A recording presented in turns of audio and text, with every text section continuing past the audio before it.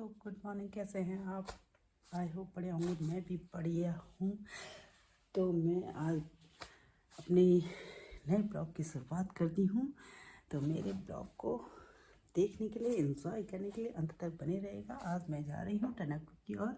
एक जगह पड़ती है गैंडाखाली, वहाँ हमारे रिलेटिव हैं। तो मेरी मम्मी का कहना है कि तेरी छुट्टियाँ हैं तो चल, मुझे ले चल। तो अमितता निभानी भी बहुत ज़रूरी होती है। तो मैं मम्मी को लेकर जा रही हूँ वहाँ। तो रास्ते में जो जो चीज़ें होंगी उन्हें आपको दिखाने का प्रयास करूँगी। तो दोस्तों इंतज़ार करिए। Bye bye. दोस्तों कैसे हैं आप? आई होप बढ़िया होंगे। सभी को प्रणाम। तो मुझे आज जाना था टनकपुर की ओर। एक गांव पड़ता है गैंडाखाली, क्योंकि मम्मी को वहां जाने की इच्छा थी। तो मुझे उनकी इच्छा पूरी करनी थी। तो मैं जाने के लिए तैयार हुई थी। तभी भरजी ने कहा थोड़ा सा मेथी काट देता हूँ, क्योंकि यहाँ पर अब ये मेथी काफ़ी बड़ी हो चुकी है। तो इसको काट कर यहाँ पर इस मिट्टी को दोबारा से तैयार करेंगे और यहाँ पर बोऊंगा प्याज। तो मैंने उनको थोड़ा जो खोदने वोदने वाला होता है वो दिया और भर्ची ने काटी मेथी। और ये मेथी की सब्ज़ी बनेगी शाम को या कल सुबह। इसलिए काट दिया गया ताकि इसका जो मिट्टी है फिर से तैयार कर कर इसमें बोई जाए, लगाया जाए। इसमें प्याज, जनवरी का महीना आ चुका है तो प्याज इसमें बोई जाएगी। तो ये जो मेथी इसमें लगी हुई है इसे काटा जा रहा है और यहीं पर चमसूर भी है, वो भी काट देंगे। इस पूरे खेत को दोबारा से तैयार करेंगे प्याज की क्यारी बनाने के लिए। तो अब पर्ची इसको काट रहे हैं मेथी को, और मैं कर रही हूँ जाने की तैयारी मम्मी को लेकर टनकपुर। तो दोस्तों आज के ब्लॉग में मैं वही अपनी यात्रा को दिखाती हूँ और उसमें क्या क्या होता है वो भी। हेलमेट ये देखिए निकल रही हूँ, और अगर स्कूटी चलानी है तो हेलमेट भी पहनना ज़रूरी है। तो मैं निकल चुकी हूँ और मम्मी के यहाँ पहुँच चुकी हूँ। मम्मी भी बाहर आ गई हैं और बैठ तैयार हो रही हैं, क्योंकि धीरे धीरे चलती हैं, थोड़ा पाँव में उनको दिक्कत होती है। तो जा रही हैं स्कूटी के पास। अब हम चलते हैं और निकल पे हैं मम्मी और मैं दोनों टनकपुर की ओर। अब हम निकल गए हैं, पहुँच गए हैं लगभग अब मार्केट के आसपास से आगे। अब हम पहुँचने वाले हैं टनकपुर। तो करीब 12 बजे का समय हो चुका है। आधा घंटा हमें यहाँ पहुँचते पहुँचते हो गया। और टनकपुर पहुँचते यू टर्न लिया मैंने चंपावत वाला जो रूट है, यानी कि जो पूर्ण उधर से मुड़ेंगे पूर्णागिरी की ओर। आगे मेरी रफ्तार बढ़ती गई और यहाँ से पहुँच गई हूँ, मुड़ गई हूँ मैं पूर्णागिरी वाली रोड में। गैंडाखाली ठीक इससे आगे तो रोखड़ आते हैं, उसके बाद कटता है रास्ता गैंडाखाली की ओर। मैंने अपनी स्कूटी की रफ्तार बढ़ाई और मम्मी कह रही थी ज़रा धीरे धीरे चलाओ। तो यहाँ से देखिए एक पहला रोखड़ आ गया। ये रोखड़ बहुत ही बरसात में बहुत ही खतरनाक हो जाते हैं। यहाँ पर पानी ओवरफ्लो हो जाता है, लोगों को आर पार करना बहुत ही कठिन होता है। गैंडाखाली जाने से पहले 2-3 रोकड़ पड़ते हैं, उन्हीं में से एक रोकड़ ये भी है। एक देखिए कितना लंबा इसका वो है, बहुत लंबाई है काफ़ी। मतलब इसमें पानी रहता है, बहुत डरावना रहता है ये बरसात के समय में। अब हमने यहाँ से मुड़ गए हैं गैंडाखाली की और जहाँ पड़ता है यहीं आगे गैंडाखाली का इंटर कॉलेज। और हम लोग सीधे आगे चलते गए। मम्मी तो कह रही थी पूछ लेते हैं कि वहाँ का एड्रेस क्या है जहाँ हमने जाना था अपने चाचा जी के यहाँ, लेकिन मेरे को बड़ा कॉन्फिडेंस था कि मैं पहुँच ही जाऊँगी। हम आगे बढ़ते गए तो यहाँ लगभग पहुँच गया इंटर कॉलेज के पास। हम जैसे ही पहुँचे मम्मी ने कहा ये रास्ता तो वहाँ का नहीं है तेरे चाचा जी के घर का, तो क्यों ना पूछ लेते हैं। मैंने कहा मम्मी मैं तो नहीं पूछ रही हूँ, आप ही पूछो। लेकिन पुराने लोग होते हैं, सबसे बोलने में तेज़ होते हैं, किसी से भी कोई शर्माहट नहीं होती है। तो मम्मी ने कहा तुम रुको मैं पूछती हूँ। तो मम्मी ने वहाँ पर पता किया तो उन्होंने बताया कि एक टैंकी होगी पानी की, वहाँ से मोड़ना। और हम फिर वापस आए और अब हम पहुँच चुके हैं जहाँ हमने जाना है चाचा के घर में। वहाँ पर रास्ते मतलब जंगली जानवर अंदर न घुसें इसके लिए वैसे एक लकड़ी का बनाया हुआ गेट बना रखा है। तो मम्मी उतरी यहाँ पर और उस जो लकड़ियाँ मतलब ये बांस की लकड़ियाँ हैं शायद, उससे जानवर अंदर ना आए करके रोक रखा है। तो उसको मम्मी ने हटाया और फिर हम चल दिए आगे को। और यहाँ से जो रास्ता था थोड़ा सा कच्चा था, क्योंकि इनके घर का ही रास्ता है। तो मम्मी और मैं उस जो गेट बना था लकड़ी का उसको हटाकर आगे बढ़े और अब पहुंच गए हैं लगभग उस जगह पर, यानी अपनी चाचा जी के यहाँ गेंडा खाली जहाँ हमने जाना था। देखो कितना सुंदर व्यू आ रहा है। और अब वहाँ पर पहुँच चुके हैं। मम्मी आगे निकल चुकी हैं। मैंने स्कूटी लगाई यहाँ पर, तो मैंने स्कूटी लगाई और जो भी हमारे पास सामान था उस सामान को मैंने लिया और मैं धीरे धीरे आगे बढ़ी। मम्मी अब पहुँच चुकी हैं, मैं वहाँ पर पहुँचने वाली हूँ। अब मैं भी पहुँच चुकी हूँ। यहाँ का दृश्य देख के तो बड़ा ही मन मेरा प्रसन्न हो गया। चारों ओर हरियाली ही हरियाली, देखिए कितना सुंदर यहाँ लग रहा है। यहाँ की ये खासियत ये है गेंडाखाली में ज़्यादातर जो है बागवानी वाली फसलें ज़्यादातर हैं। लीची के पेड़, फ्लावर, आम के पेड़, मतलब सारे पेड़ यहाँ पर रखे हैं। यहाँ मतलब खेती समझ लीजिए फलों की ही होती है। तो मैं तो इतना मतलब खुश हो गई कि पूछिए मत। मैं मम्मी वहाँ मिल रही थी, सबसे बातचीत कर रही थी। मैंने भी सबको प्रणाम किया, चाचा चाची अन्य जो मेरे भाई बहन थे उन सबको, और मैंने शुरू की वहाँ की फ़ोटोग्राफ़ी करना। देखिए, और उसके बाद हम लोगों ने वहाँ पर खाना खाया। खाना बन चुका था। हमारी जो दीदी चाची थी और दीदी थी, उन्होंने कहा खाना बन गया है, तो हमने फटाफट खाना खाया। और मेरे को तो मतलब खाने से ज़्यादा वहाँ का जो चारों जो हरियाली पेड़ पौधे थे वो देखकर इतना अच्छा लग रहा था ना, बाय गॉड क्या बताऊँ। तभी ये देखिए बच्चे मन के सच्चे होते हैं। यहाँ पर और भी जो हमारे रिलेटिव थे वो भी आए थे, उनके बच्चे भी आए थे। बहुत ही आनंद हमें यहाँ पर आया और एंजॉय खूब किया। उसके बाद एक दीदी थी, उन्होंने कहा क्योंकि इनके यहाँ आंवले के बहुत पेड़ हैं, उन्होंने कहा आंवला लेने चलते हैं। तो हमने पकड़ा थैला और हम चल दिए आंवले के पेड़ों की ओर। आंवले के पेड़ उधर मतलब पूरा बगीचा है इनका, लीची, अमरूद, आम, इन सभी का। और हम धीरे धीरे आगे बढ़ते गए, धीरे धीरे आगे निकले। और तो हमने देखा बगीचे में सियार भी आए हुए हैं। तो मैंने कहा, तो बच्चे जो हमारे साथ थे वो डर रहे थे। सियार के साथ साथ जंगली जो मुर्गी होती हैं उनका तो पूरा जैसे कि फैमिली ही थी, मतलब कम से कम 10-12 मुर्गे आए थे। अगर वो रात के समय आए होते तो लोग शायद जो बच्चे होते हैं वो खाकू भी मार के खा भी देते, लेकिन वो बगीचे में मतलब वहाँ पर जो भी फल फूल होते हैं उनको खाने आ जाते हैं। तो मैंने देखा इतने सारे मुर्गे ना, वो मतलब जंगली मुर्गे थे और लग बिल्कुल यहाँ घरेलू मुर्गे की तरह रहते। मुझे लगा कि चाचा लोगों ने पाल रखेंगे, लेकिन नहीं, उन्होंने बताया बहन ने कि ये तो जंगली मुर्गे हैं, आते रहते हैं बगीचे में, यहाँ पर जो भी फल फूल गिरते हैं उनको खाते रहते हैं। तो हम लोग धीरे धीरे आगे की ओर बढ़े और एक प्यारा सा बच्चा भी हमारे साथ साथ जा रहा था। तो हम जा रहे थे आंवले तोड़ने के लिए। अब उन्होंने कहा कि तोड़ेगा कौन। हमने कहा चलो सब लोग मिलकर तोड़ेंगे, क्योंकि कोई तोड़ने वाला इस समय था नहीं। उनके यहाँ वैसे दीदी चाचा लोग के यहाँ काम करने वाले होते हैं। आंवले को जो लोग तोड़ते हैं उनसे तोड़ाया जाता है। लेकिन फिर हमने कहा कि हम कोशिश करते हैं, अब अगर आंवले का अचार खाना है तो तोड़ना तो पड़ेगा ही। तो हम लोग निकल पड़े। अब हम लगभग पहुंच चुके हैं आंवले के पेड़ों के पास, जहाँ एक मतलब बिल्कुल नदी के किनारे तक पूरा बगीचा ही बगीचा, और चारों ओर कहीं आंवले के पेड़ हैं, कहीं अमरूद के। ये पेड़ जो दिखाई दे रहे हैं आपको, ये देखिए, ये वाला पेड़ तो आंवले का है, लेकिन नीचे की ओर भी देखेंगे आप, ये जो हैं अमरूद के पेड़, ये आपको दिख रहे होंगे। मतलब बहुत सारे, मतलब अनगिनत पेड़, माइंड ब्लोइंग इतने थे ना, मतलब मैं तो देखती ही रह गई। इतनी मतलब हमारे चाचा जी ने इतनी बागवानी कर रखी है ना कि पूछिए मत। ये आंवले ही इन्होंने करीब 40-50 हज़ार के आंवले इस समय बेच चुके हैं।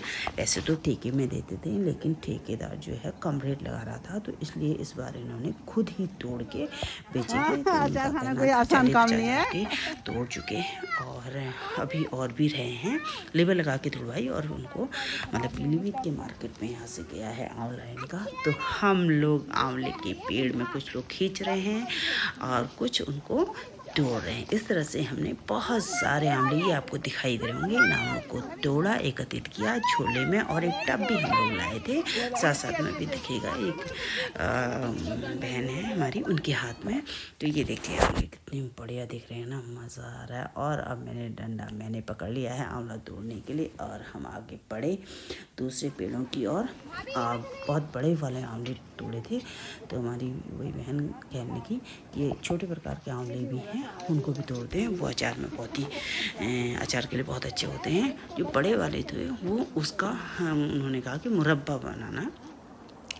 तो हमने बड़े वाले और छोटे दोनों प्रकार के आंवलों को खूब तोड़ा। ये देखिए मतलब बिल्कुल ये इसमें से काफ़ी तुड़वा चुके हैं, बावजूद उसके इतने सारे हैं कि मतलब मैं तो देखते ही रह गई। कमाल कि यहाँ पर बागवानी हो रखी थी, मतलब हर जगह, कहीं पर अमरूद के पेड़ हैं, कहीं पर आंवले के, कहीं आम, लीची, मतलब सारे फलों के बगीचे यहाँ पर लगे हुए हैं। और मज़ा आ गया, हमने खूब एंजॉय किया यहाँ पर। जब हमने आंवलों को तोड़ने गए तो खूब सभी लोगों ने खुल कर यहाँ पर मस्ती की और फ़ोटो खींची, और पेड़ों पर डंडों की सहायता से या टहनियों को नीचे झुकाकर हम लोगों ने खूब सारे आंवले तोड़े। मैं अपने लिए, अपनी मम्मी के लिए, और वो जो दीदी आई थी वर्षा दीदी, उनके लिए हम लोगों ने खूब सारे आंवले तोड़े। ये देखिए जो ये व्यू दिख रहा है पहाड़ी सा, ये नेपाल का पहाड़ है, जो बिल्कुल गेंडाखाली से के आगे नदी है, नदी के पार बिल्कुल नेपाल है, और बहुत ही सुंदर यहाँ का व्यू है। हम लोग फिर आंवले को तोड़ते हुए आगे बढ़ते रहे, मतलब जहाँ भी नीचे नीचे हमें मिला था, काफ़ी ऊपर थे क्योंकि आंवले ये तोड़वा चुके थे, अब बचे हुए आंवले थे, लेकिन ये भी काफ़ी थे, मतलब बहुत ज़्यादा मात्रा में थे। हम एक एक करके डंडे की सहायता से वो टहनियों को खींच रहे थे, और कुछ लोग उसको आंवलों को तोड़ रहे थे। ये देखिए मैं आंवले की टहनियों को खींच रही हूँ डंडे की सहायता से, और अन्य लोग उनको तोड़ रहे हैं। तो ये प्यारा बच्चा भी हमारे साथ था, ये भी अपनी मस्ती में। तो ये साथ ही यहाँ के व्यू का भी बड़ा आनंद लिया हमने। ये नेपाल का पहाड़ दिख रहा है, बीच में ये नदी दिख रही है, नदी के पार साइड नेपाल पड़ता है, और इस साइड इंडिया, यानी गेंडाखाली के उधर। और मैंने आंवला थोड़ा बहुत तोड़ने के साथ साथ खाए भी। वाह, इतने बढ़िया हो रहे थे ना, खाते खाते यहाँ के व्यू का भी मैंने आनंद लिया। अब बहुत ज़्यादा मात्रा में हम लोग आंवला तोड़ चुके थे, अब हरिदी इनको ले जाने की बारी कि कैसे ले जाया जाए। तोड़ने के लिए हम लोगों ने खुद तोड़ लिया, लेकिन हमारी जो बहन थी उसने पकड़ा, और हम आगे बढ़े कुछ आगे। उन्होंने कहा एक मंदिर के भी दर्शन करते हैं, यहीं पर उनका एक मंदिर भी था। तो धीरे धीरे हम लोग आगे बढ़े। ये देखिए नदी भी दिख रही है ना आपको, ये भारत और नेपाल के बीच की समझो ये नदी ही बाउंड्री है।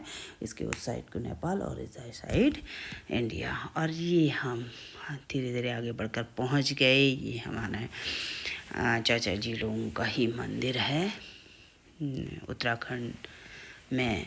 तो लोगों के अपने अपने मंदिर होते हैं, कोई भूमि देवता का मंदिर, कोई किसी चीज़ का। तो हम यहाँ पर शिव मंदिर इन्होंने बनाया हुआ है। इस शिव मंदिर में हम लोगों ने हाथ जोड़े, प्रणाम किया, और उसके बाद ये देखिए आंवले का थैला इतना सारा बड़ा, देखिए कम से कम 15-20 किलो होंगे, इतने बड़े बड़े, देखिए कितने बड़े दिख रहे हैं ना। मज़ा आ रहा है ना दिखने में, इतने मतलब इतने ताज़े से ये आंवले।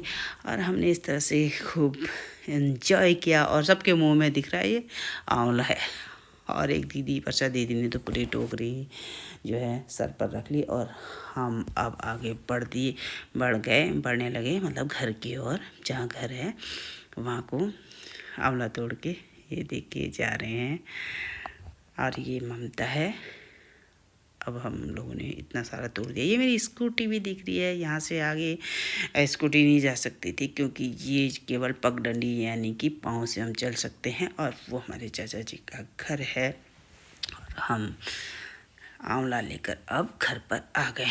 अब हमारी लगभग जाने की तैयारी हो रही है, क्योंकि अब लगभग 4 बज चुके हैं। यहाँ से खटीमा वापस पहुँचना है। तो वर्षा और ममता ये अब जा रहे हैं और मैंने किया है इन सभी को बाय बाय, क्योंकि इन्हें जाना है पैदल। जहाँ पर रोड आई वहाँ से टुक टुक वगैरह लेंगे, क्योंकि यहाँ पर इन्हें कुछ नहीं मिल पा रहा है। अब मैंने भी पहन लिया हेलमेट और मम्मी और मैं भी निकल पड़े खटीमा की। और ये पूर्णागिरी वाली रोड है जो खटीमा को आ रहे हैं, मतलब गेंडा खाली से निकलते हुए उस रोड पे हैं। और अब हम पहुंच चुके हैं घर। और जैसे ही मैं घर पहुंची मेरा एक पार्सल आया था। अब देखो इसमें क्या है, इसे कौन, ये सस्पेंस है, सरप्राइज़ है मेरे लिए और आपके लिए भी। तो इसे काट रहे हैं बर्जी, यानी इसे खोल रहे हैं। इसके अंदर क्या है अभी दिखाती हूँ, दिल थाम के बैठिए। कुछ स्पेशल लग रहा है, देखते हैं क्या है। तो फर्जी से ओपन कर रहे हैं। बड़ा इसमें पैकिंग ज़बरदस्त हो रखी है। कुछ क्या लग रहा है यार, सोचो सोचो सोचो क्या हो सकता है। ये फर्जी देख रहे हैं इसको कि है क्या है, कितने का है। मैंने कहा इसे छोड़ो, आप उसे निकालो जो है। तो ये देखिए डेक्थलॉन लिखा हुआ है, यानी कि जैकेट। मजा आ गया। ये भेजा है मेरी बेटी ने, ऑनलाइन मंगाया है। तो मेरे घर आने तक एक जैकेट पहुंचा था। अभी दिखाती हूँ इसको पहना के कि कैसा लगता है। ये देखिए, अच्छा लग रहा है ना, बढ़िया। तो ये लो, मैंने इसे जैकेट को लिया और पहना। मज़ा आ गया। ये जो जैकेट है ना बहुत ही गर्म होती है, यानी कि 0 डिग्री टेम्परेचर नहीं, उससे भी नीचे, यानी कि -8 डिग्री जो टेम्परेचर होगा उस को सहने की इस जैकेट में क्षमता होती है। मुझे तो बहुत ही बढ़िया, इससे पहले भी मेरे पास ऐसी एक जैकेट है और ये दोबारा आई है। तो थैंक्स बेटी को भेजने के लिए। ये देखो कितनी अच्छी लगी ना, बढ़िया। और सब फिटिंग भी बहुत ही शानदार होती है। और एक बार जी कहने तो कैप भी तो लगा, तो मैंने कैप भी लगा ली है। तो इस तरह ये मेरी जैकेट आ गई। जैकेट और साथ ही पूसी को बड़ा अच्छा लगा बॉक्स, और उसमें घुस गई। अब ये इसको दूध के इंतजार में चली गई है वहाँ पर दूध पीने के लिए। तो गाइस, आपको कैसी लगी आज का मेरा ब्लॉग, कैसे लगा, और साथ ही ये जैकेट कैसे बताइएगा। ये पसंद आ रहा ना। ये -8 डिग्री टेम्परेचर तक आप इसको -8 डिग्री तक इसे पहन सकते हैं, मतलब इतनी ठंड होने की इस जैकेट पे क्षमता है। पता नहीं क्या है इसका नाम, डेक्थलॉन कुछ ऐसे करके है, डेक्थलॉन है ना। हाँ, ये देखिए डेक्थलॉन। अभी मैंने ये निकाला नहीं है, इसलिए नहीं निकाला कि हो सकता है कहीं कोई प्रॉब्लम हो। तो वैसे तो आती नहीं है, इनके साइज बिल्कुल फिट होते हैं। और कैसी लग रही हूँ, वह लग रही ना। तो दोस्तों कैसी लग रही हूँ, मस्त एक्सक्यूमो लग रही हूँ ना। तो गाइस हम घर आ चुके हैं और वहाँ से गंडा खाली से लाए ढेर सारे आंवले और इनका बनेगा अचार, मुरब्बा और कैंडी। क्योंकि इसको बनाने के तरीके भी बताए हैं मेरी बहन ने। तो अब ये जब बनाऊंगी तब दिखाऊंगी। तो गाइस आपको मेरा ब्लॉग कैसा लगा, अगर अच्छा लगा तो लाइक शेयर सब्सक्राइब ज़रूर कीजिएगा। Thanks for watching.